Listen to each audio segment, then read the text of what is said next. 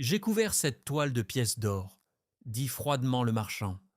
Eh bien, il va falloir mourir, s'écria le jeune homme, qui sortait d'une rêverie dont la dernière pensée l'avait ramené vers sa fatale destinée, en le faisant descendre, par d'insensibles déductions, d'une dernière espérance à laquelle il s'était attaché. Ah, ah, j'avais donc raison de me méfier de toi, répondit le vieillard, en saisissant les deux mains du jeune homme qu'il serra par les poignets dans l'une des siennes, comme dans un étau.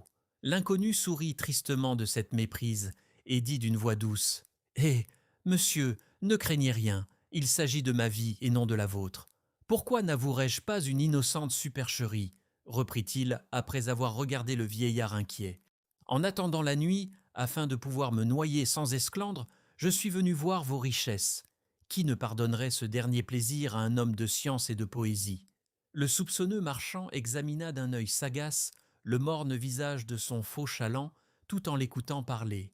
Rassuré bientôt par l'accent de cette voix douloureuse, ou lisant peut-être dans ses traits décolorés les sinistres destinées qui naguère avaient fait frémir les joueurs, il lâcha les mains. Mais par un reste de suspicion qui révéla une expérience au moins centenaire, il étendit nonchalamment le bras vers un buffet comme pour s'appuyer et dit en y prenant un stylet « Êtes-vous depuis 3 ans surnuméraire au trésor sans y avoir touché de gratification ?» L'inconnu ne put s'empêcher de sourire en faisant un geste négatif. « Votre père vous a-t-il trop vivement reproché d'être venu au monde, ou bien êtes-vous déshonoré ? Si je voulais me déshonorer, je vivrais. Avez-vous été sifflé au funambule, ou vous trouvez-vous obligé de composer des flonflons pour payer le convoi de votre maîtresse ? N'auriez-vous pas plutôt la maladie de l'or ? Voulez-vous détrôner l'ennui ? Enfin, quelle erreur vous engage à mourir ? Ne cherchez pas le principe de ma mort dans les raisons vulgaires qui commandent la plupart des suicides. Pour me dispenser de vous dévoiler des souffrances inouïes et qu'il est difficile d'exprimer en langage humain, je vous dirai que je suis dans la plus profonde, la plus ignoble, la plus perçante de toutes les misères. Et, ajouta-t-il d'un ton de voix dont la fierté sauvage démentait ses paroles précédentes, je ne veux mendier ni secours ni consolation. Eh, eh, ces deux syllabes que d'abord le vieillard fit entendre pour toute réponse ressemblèrent aux cris d'une crécelle. Puis il reprit ainsi, sans vous forcer à m'implorer, sans vous faire rougir et sans vous donner un centime de France, un paras du Levant, un tarin de Sicile, un ailé d'Allemagne, une seule des sesterces ou des oboles de l'ancien monde, ni une piastre du nouveau, sans vous offrir quoi que ce soit en or, argent, billons, papier, billets, je veux vous faire plus riche, plus puissant et plus considéré que ne peut l'être un roi constitutionnel. » Le jeune homme crut le vieillard en enfance et resta comme engourdi, sans oser répondre. « Retournez-vous, dit le marchand, en saisissant tout à coup la lampe pour en diriger la lumière sur le mur qui faisait face au portrait. Et regardez cette peau de chagrin, ajouta-t-il. Le jeune homme se leva brusquement et témoigna quelque surprise en apercevant au-dessus du siège où il s'était assis un morceau de chagrin accroché sur le mur et dont la dimension n'excédait pas celle d'une peau de renard.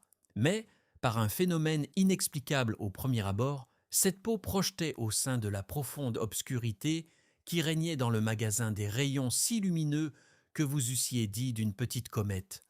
Le jeune incrédule s'approcha de ce prétendu talisman qui devait le préserver du malheur, et s'en moqua par une phrase mentale. Cependant, animé d'une curiosité bien légitime, il se pencha pour la regarder alternativement sous toutes les faces et découvrit bientôt une cause naturelle à cette singulière lucidité.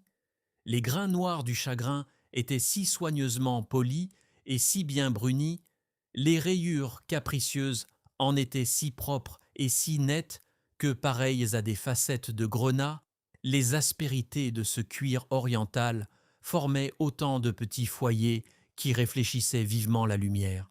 Il démontra mathématiquement la raison de ce phénomène au vieillard qui, pour toute réponse, sourit avec malice. Ce sourire de supériorité fit croire au jeune savant qu'il était dupe en ce moment de quelque charlatanisme. Il ne voulut pas emporter une énigme de plus dans la tombe et retourna promptement la peau comme un enfant pressé de connaître les secrets de son jouet nouveau. « Ah, ah !» s'écria-t-il. Voici l'empreinte du sceau que les orientaux nomment le cachet de Salomon. Vous le connaissez donc ? Demanda le marchand, dont les narines laissèrent passer 2 ou 3 bouffées d'air qui peignirent plus d'idées que n'en pouvaient exprimer les plus énergiques paroles. Existe-t-il au monde un homme assez simple pour croire à cette chimère ? S'écria le jeune homme, piqué d'entendre ce rire muet et plein d'amère dérision. Ne savez-vous pas, ajouta-t-il, que les superstitions de l'Orient ont consacré la forme mystique et les caractères mensongers de cet emblème qui représente une puissance fabuleuse? Je ne crois pas devoir être plus taxé de niaiserie dans cette circonstance que si je parlais des sphinx ou des griffons dont l'existence est en quelque sorte scientifiquement admise. Puisque vous êtes un orientaliste, reprit le vieillard, peut-être lirez-vous cette sentence. Il apporta la lampe près du talisman que le jeune homme tenait à l'envers et lui fit apercevoir des caractères incrustés dans le tissu cellulaire de cette peau merveilleuse, comme s'ils eussent été produits par l'animal auquel elle avait jadis appartenu. « J'avoue, s'écria l'inconnu, que je ne devine guère le procédé dont on se sera servi pour graver si profondément ces lettres sur la peau d'un onagre. » Et, se retournant avec vivacité vers les tables chargées de curiosités, ses yeux parurent y chercher quelque chose. « Que voulez-vous » demanda le vieillard. « Un instrument pour trancher le chagrin, afin de voir si les lettres y sont empreintes ou incrustées. » Le vieillard présenta son stylet à l'inconnu, qui le prit et tenta d'entamer la peau à l'endroit où les paroles se trouvaient écrites. Mais, quand il eut enlevé une légère couche de cuir, les lettres y reparurent si nettes et tellement conformes à celles qui étaient imprimées sur la surface que pendant un moment, il crut n'en avoir rien noté. L'industrie du Levant a des secrets qui lui sont réellement particuliers, dit-il en regardant la sentence orientale avec une sorte d'inquiétude. « Oui, répondit le vieillard, il vaut mieux s'en prendre aux hommes qu'à Dieu. » Les paroles mystérieuses étaient disposées de la manière suivante. « Law malakatna malakt al-kull, walakin umraka malaka, warad Allah hakadha tlub, wasatanna al-matalibak, walakin qis matalibaka ala umrika wa ha huna, fabikulli maramika stasnzil ayyamak, aturidu fa Allahi mujibaka amin. » Ce qui voulait dire en français « Si tu me possèdes, tu posséderas tout, mais ta vie m'appartiendra. Dieu l'a voulu ainsi. Désire, et tes désirs seront accomplis. Mais règle tes souhaits sur ta vie. Elle est là. À chaque vouloir, je décroîtrai comme tes jours. Me veux-tu? Prends, Dieu t'exaucera. Sois. » Ah, vous lisez couramment le sanskrit, dit le vieillard.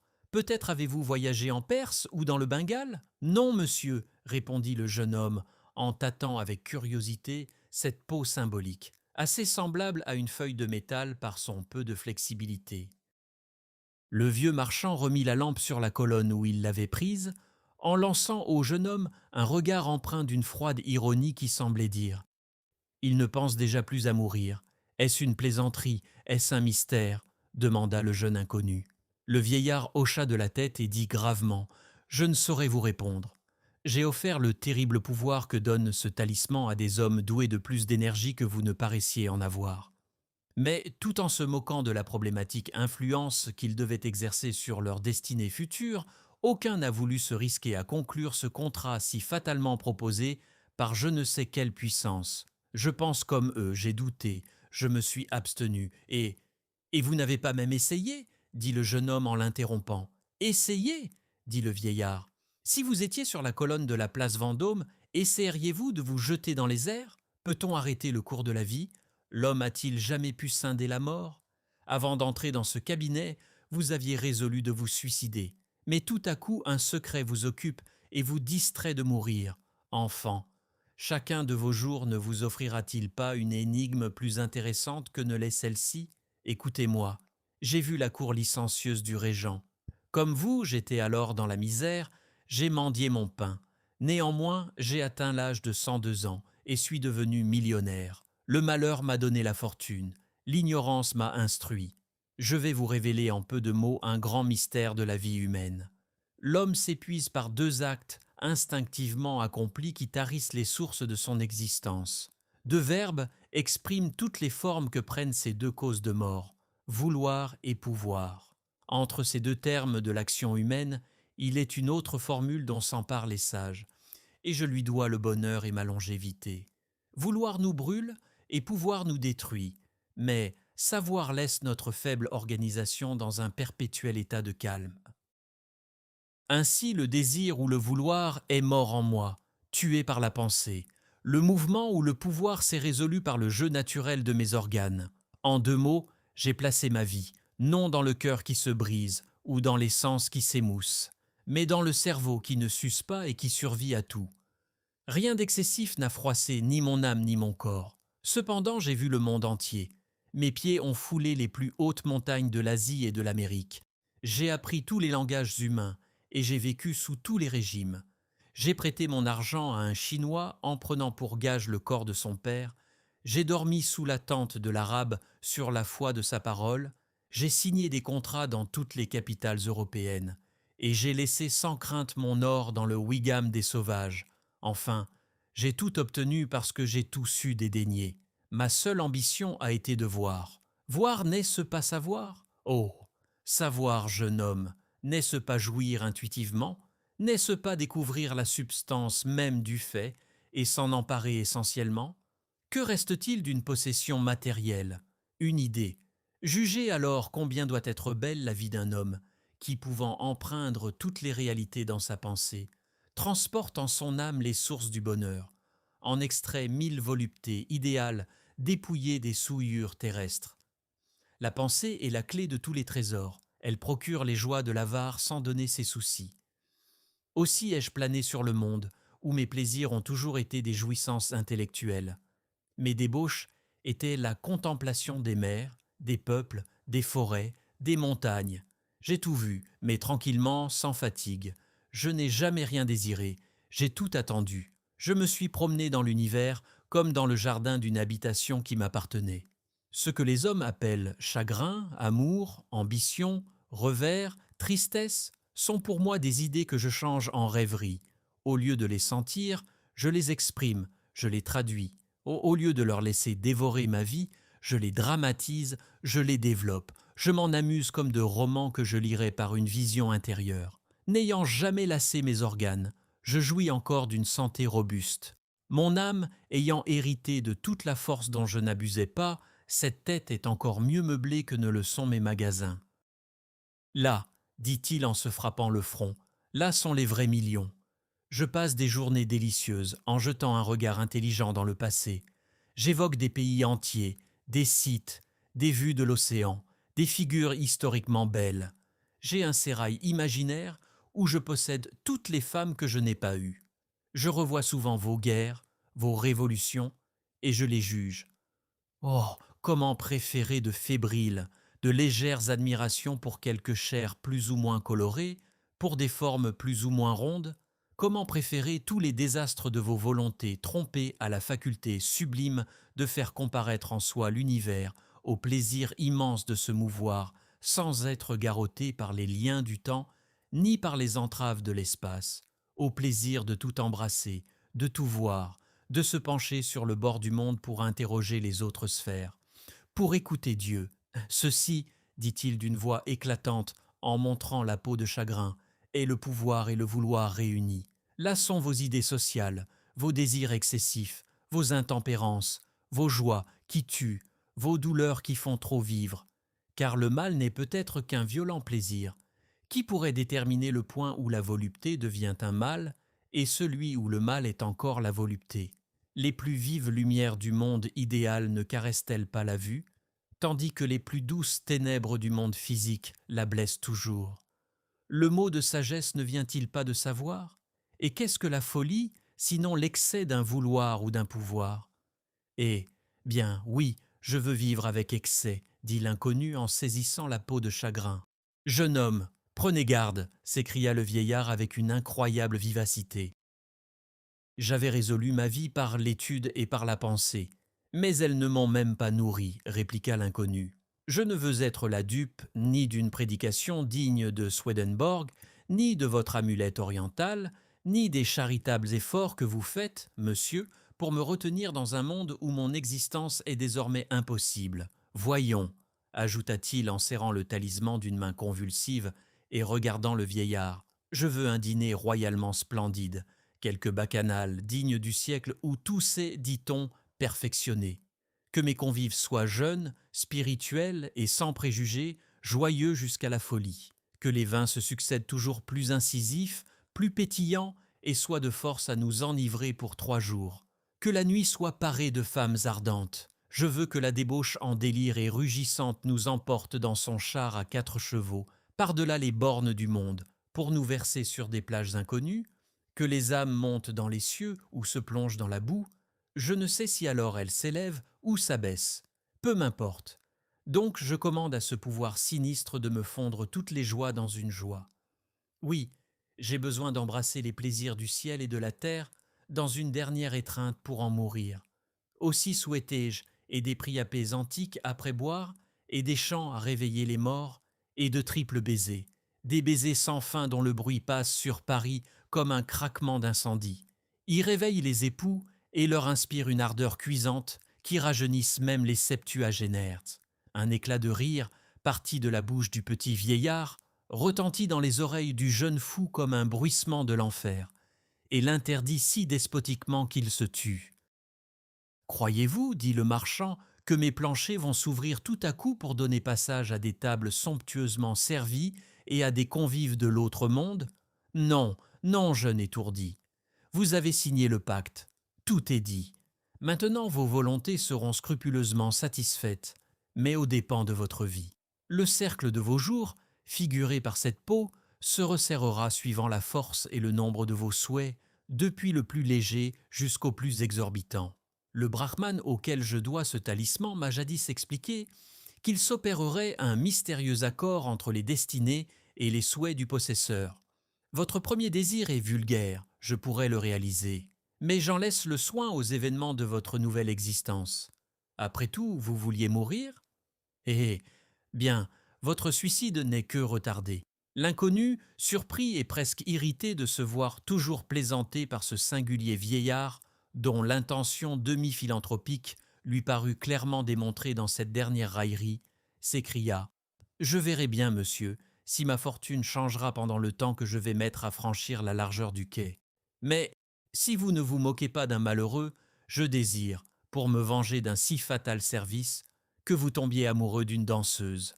Vous comprendrez alors le bonheur d'une débauche, et peut-être deviendrez-vous prodigue de tous les biens que vous avez si philosophiquement ménagés. » Il sortit sans entendre un grand soupir que poussa le vieillard, traversa les salles et descendit les escaliers de cette maison, suivi par le gros garçon joufflu qui voulut vainement l'éclairer.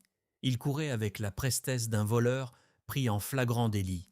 Aveuglé par une sorte de délire, il ne s'aperçut même pas de l'incroyable ductilité de la peau de chagrin, qui, devenue souple comme un gant, se roula sous ses doigts frénétiques et put entrer dans la poche de son habit où il la mit presque machinalement. En s'élançant de la porte du magasin sur la chaussée, il heurta 3 jeunes gens qui se tenaient bras dessus, bras dessous.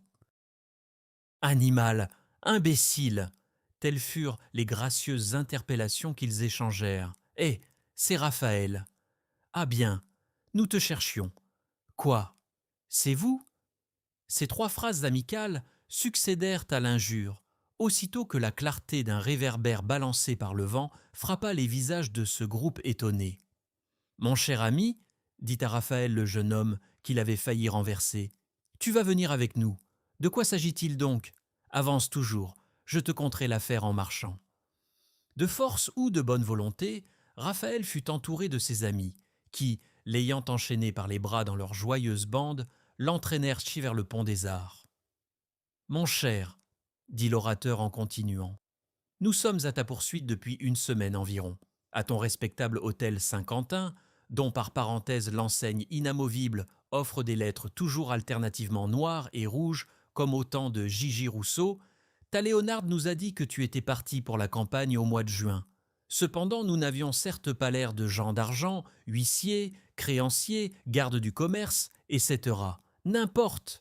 Rastignac t'avait aperçu la veille au Bouffon, nous avons repris courage et mis de l'amour-propre à découvrir si tu te perchais sur les arbres des Champs-Élysées, si tu allais coucher pour 2 sous dans ces maisons philanthropiques où les mendiants dorment appuyés sur des cordes tendues, ou si, plus heureux, Ton bivouac n'était pas établi dans quelque boudoir. Nous ne t'avons rencontré nulle part, ni sur les écrous de Sainte-Pélagie, ni sur ceux de la Force, les ministères, l'opéra, les maisons conventuelles, cafés, bibliothèques, listes de préfets, bureaux de journalistes, restaurants, foyers de théâtre, bref, tout ce qu'il y a dans Paris de bons et de mauvais lieux ayant été savamment explorés, nous gémissions sur la perte d'un homme doué d'assez de génie pour se faire également chercher à la cour et dans les prisons. Nous parlions de te canoniser comme un héros de juillet, et, ma parole d'honneur, nous te regrettions. En ce moment, Raphaël passait avec ses amis sur le pont des Arts, d'où, sans les écouter, il regardait la scène dont les eaux mugissantes répétaient les lumières de Paris. Au-dessus de ce fleuve, dans lequel il voulait se précipiter naguère, les prédictions du vieillard étaient accomplies. L'heure de sa mort se trouvait déjà fatalement retardée. Et nous te regrettions vraiment, dit son ami poursuivant toujours sa thèse. Il s'agit d'une combinaison dans laquelle nous te comprenions en ta qualité d'homme supérieur, c'est-à-dire d'homme qui sait se mettre au-dessus de tout. L'escamotage de la muscade constitutionnelle sous le gobelet royal se fait aujourd'hui, mon cher, plus gravement que jamais.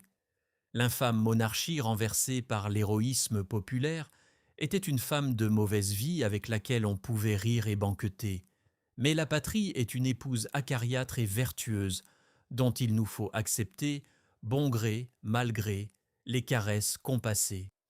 Or donc, le pouvoir s'est transporté, comme tu sais, des Tuileries chez les journalistes, de même que le budget a changé de quartier en passant du faubourg Saint-Germain à la chaussée d'Antin. Mais voici ce que tu ne sais peut-être pas. Le gouvernement, c'est-à-dire l'aristocratie de banquiers et d'avocats, qui font aujourd'hui de la patrie comme les prêtres faisaient jadis de la monarchie, a senti la nécessité de mystifier le bon peuple de France avec des mots nouveaux et de vieilles idées, à l'instar des philosophes de toutes les écoles et des hommes forts de tous les temps. Il s'agit donc de nous inculquer une opinion royalement nationale en nous prouvant qu'il est bien plus heureux de payer 1200 33 centimes à la patrie représentée par messieurs tels et tels que 1100 9 centimes à un roi qui disait « moi » au lieu de dire « nous ». En un mot, un journal armé de 200 ou 300 bons 1000 francs vient d'être fondé dans le but de faire une opposition qui contente les mécontents, sans nuire au gouvernement national du roi citoyen.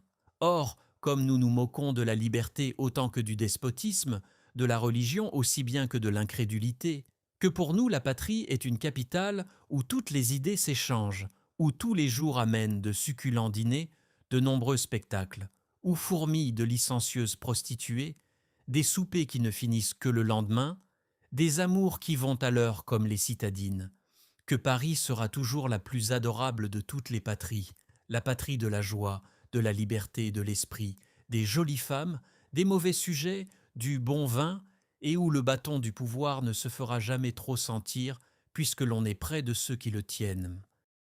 Nous, véritables sectateurs du dieu Méphistophélès, avons entrepris de badigeonner l'esprit public, de rhabiller les acteurs, de clouer de nouvelles planches à la baraque gouvernementale, de médicamenter les doctrinaires, de recuire les vieux républicains, de réchampir les bonapartistes et de ravitailler les centres, pourvu qu'il nous soit permis de rire in petto des rois et des peuples, de ne pas être le soir de notre opinion du matin, et de passer une joyeuse vie à la Panurge ou mort orientali, couché sur de moelleux coussins.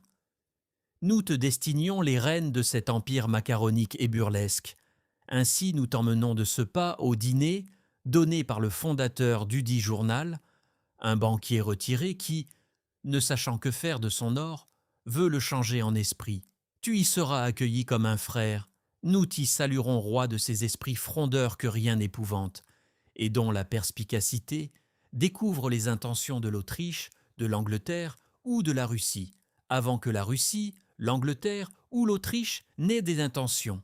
Oui, nous t'instituerons le souverain de ces puissances intelligentes qui fournissent au monde les Mirabeau, les Talleyrand, les Pitt, les Metternich, enfin tous ces hardis Crispins qui jouent entre eux les destinées d'un empire comme les hommes vulgaires jouent leur Kirchenwasser au domino. Nous t'avons donné pour le plus intrépide compagnon qui jamais ait étreint corps à corps la débauche, ce monstre admirable avec lequel veulent lutter tous les esprits forts. Nous avons même affirmé qu'il ne t'a pas encore vaincu. J'espère que tu ne feras pas mentir nos éloges. Taillefer, notre amphitryon, nous a promis de surpasser les étroites saturnales de nos petits Lucullus modernes. Il est assez riche pour mettre de la grandeur dans les petitesses, de l'élégance et de la grâce dans le vice. Entends-tu, Raphaël ? Lui demanda l'orateur en s'interrompant. Oui, répondit le jeune homme, moins étonné de l'accomplissement de ses souhaits que surpris de la matière naturelle par laquelle les événements s'enchaînaient. Et quoiqu'il lui fût impossible de croire à une influence magique, il admirait les hasards de la destinée humaine. Mais tu nous dis oui, comme si tu pensais à la mort de ton grand-père, lui répliqua l'un de ses voisins. Ah, reprit Raphaël avec un accent de naïveté qui fit rire ses écrivains. L'espoir de la jeune France, je pensais, mes amis, que nous voilà près de devenir de bien grands coquins. Jusqu'à présent, nous avons fait de l'impiété entre deux vins. Nous avons pesé la vie étant ivres, nous avons prisé les hommes et les choses en digérant. Vierges du fait, nous étions hardis en parole. Mais marqués maintenant par le fer chaud de la politique, nous allons entrer dans ce grand bagne et y perdre nos illusions. Quand on ne croit plus qu'au diable, il est permis de regretter le paradis de la jeunesse, le temps d'innocence où nous tendions dévotement la langue à un bon prêtre pour recevoir le sacré corps de notre Seigneur Jésus-Christ. Ah, mes bons amis, si nous avons eu tant de plaisir à commettre nos premiers péchés, c'est que nous avions des remords pour les embellir et leur donner du piquant, de la saveur, tandis que maintenant, oh, maintenant, reprit le premier interlocuteur, il nous reste quoi ? Dit un autre. Le crime. Voilà un mot qui a toute la hauteur d'une potence et toute la profondeur de la Seine, répliqua Raphaël. Oh, tu ne m'entends pas. Je parle des crimes politiques. Depuis ce matin, je n'en vis qu'une existence, celle des conspirateurs. Demain, je ne sais si ma fantaisie durera toujours. Mais ce soir, la vie pâle de notre civilisation, unie comme la rainure d'un chemin de fer, fait bondir mon cœur de dégoût. Je suis épris de passion pour les malheurs de la déroute de Moscou, pour les émotions du corsaire rouge et pour l'existence des contrebandiers. Puisqu'il n'y a plus de chartreux en France, je voudrais au moins un Botany Bay, une espèce d'infirmerie destinée aux petits Lord Byrons, qui, après avoir chiffonné la vie comme une serviette après dîner, n'ont plus rien à faire qu'à incendier leur pays, se brûler la cervelle, conspirer pour la République ou demander la guerre. Émile, dit avec feu le voisin de Raphaël à l'interlocuteur, « Foi d'homme, sans la Révolution de Juillet, je me faisais prêtre pour aller mener une vie animale au fond de quelque campagne, et tu aurais lu le bréviaire tous les jours ? Oui, tu es un fat. Nous lisons bien les journaux. Pas mal. Pour un journaliste. Mais tais-toi, nous marchons au milieu d'une masse d'abonnés. Le journalisme, vois-tu, c'est la religion des sociétés modernes, et il y a progrès. Comment ? Les pontifes ne sont pas tenus de croire, ni le peuple non plus, en devisant ainsi, comme de braves gens qui savaient le de viri illustribus depuis longues années, ils arrivèrent à un hôtel de la rue Joubert.